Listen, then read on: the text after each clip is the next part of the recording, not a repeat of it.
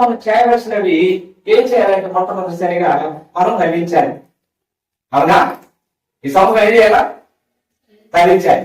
ఇప్పుడు ఫలించాలంటే ఎందుకు మనం ఫలించాలి? భూమి మీద ఫలించాలంటే పరిశుద్ధ గ్రంథంలో ఒక 9 పదాల గురించి మనం చూస్తాం.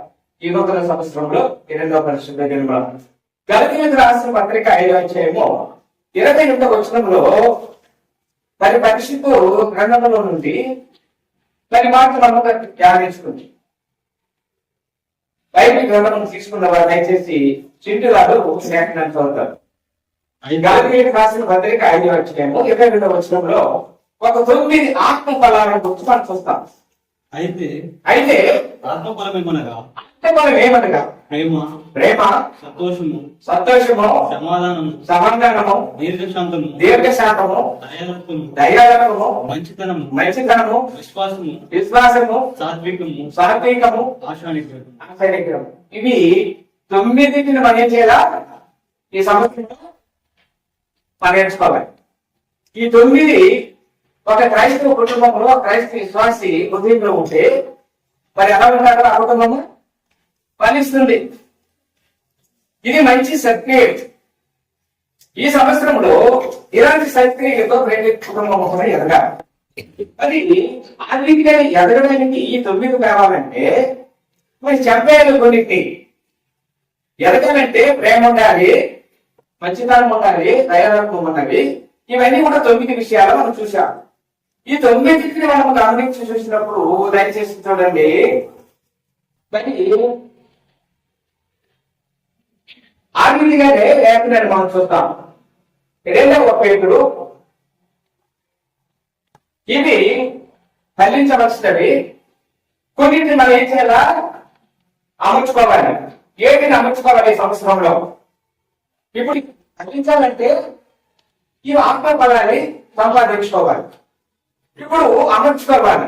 కొలసీలకు రాసిన పత్రిక కొలసి 2వ పేతురు 1వ అధ్యాయము 2వ పేతురు 1వ అధ్యాయం 5 నుంచి 8 వాక్యాలు మనం చూస్తాం దయచేసి. ఎందుకంటే ఈ సంవత్సరంలో మనం ఫలించాలంటే ఈ గలతీ పత్రిక 5వ అధ్యాయం 22వ వచనంలో ఉన్నటువంటి ఈ 9 పదాలు మనము మరి ఫలించవలసినటువంటి. ఇప్పుడు మనం అమర్చుకోవాలి. ఏటిని అమర్చుకోవాలి శరీరంలో? చూడండి, 2వ పేతురు రాసిన పత్రిక 1వ అధ్యాయము 5 నుంచి 8 వరకు మనం చూస్తాం. చదువునైనా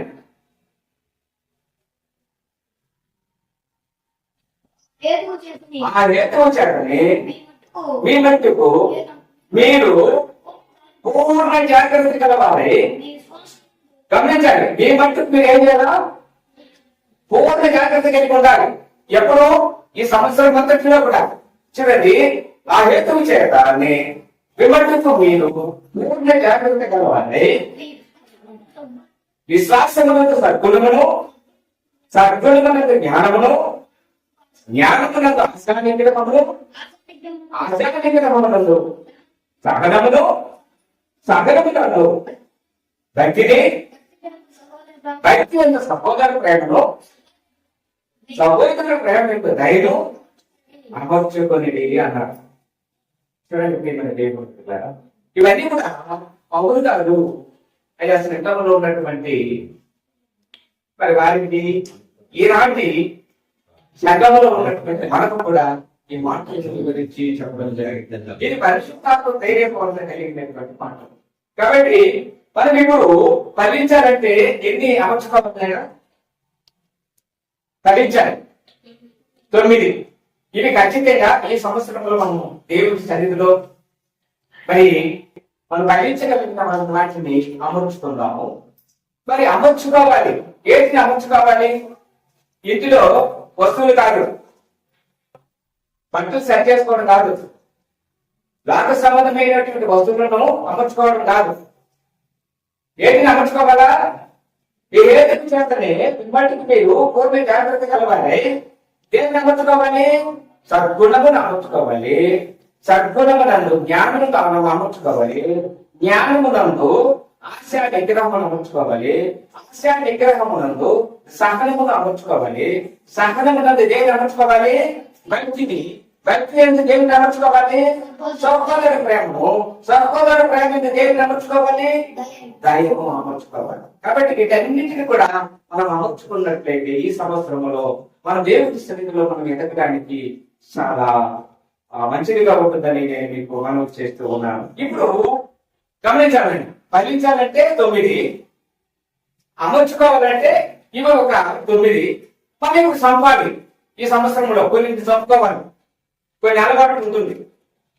ప్రార్థనకి ఏంటంటే సాధువులు చెప్పుకొని నిలిచిపోయేవారు ఉంటారు. అంటే ఏం చేయాలా? చంపుకోవాలి. చూడండి, గత శుక్రవారంలో సహోదరి వేలంగండి గారు ఒక పాఠం లేవలేదు. ఉదాహరణకు కోడి నమ్ముకున్నటువంటి ఆమె ఏం చేసింది? ఉదాహరణగా మనం ఏం చేసింది? ఆమె తన వ్యాపారాలను కూడా పక్కబెట్టి ప్రార్థనలో గడిపినది. ఎందుకంటే ఉదాహరణగా ప్రతి స్త్రీ కూడా మనం తెలుసుకోవాలి లేకుండా. ఇప్పుడు మనం శుక్రవారం కూడికి పెడుతున్నాము, ఆదివారము ఆరాధన ఉంటుంది. మరి పెట్టిన సమయాల్లో కుటుంబ ప్రార్థనలు, బర్త్డేలు, అనుకున్నటువంటి సందర్భంలో ప్రార్థన కోరికలు ఉంటుంది. కాబట్టి వీటన్నిటిలో కూడా మనం ఏం చేయాలా? ఎదగాలి. ఎదగాలంటే ఏం చేయాలా? కొన్నింటిని సేకరించాలి, కొన్ని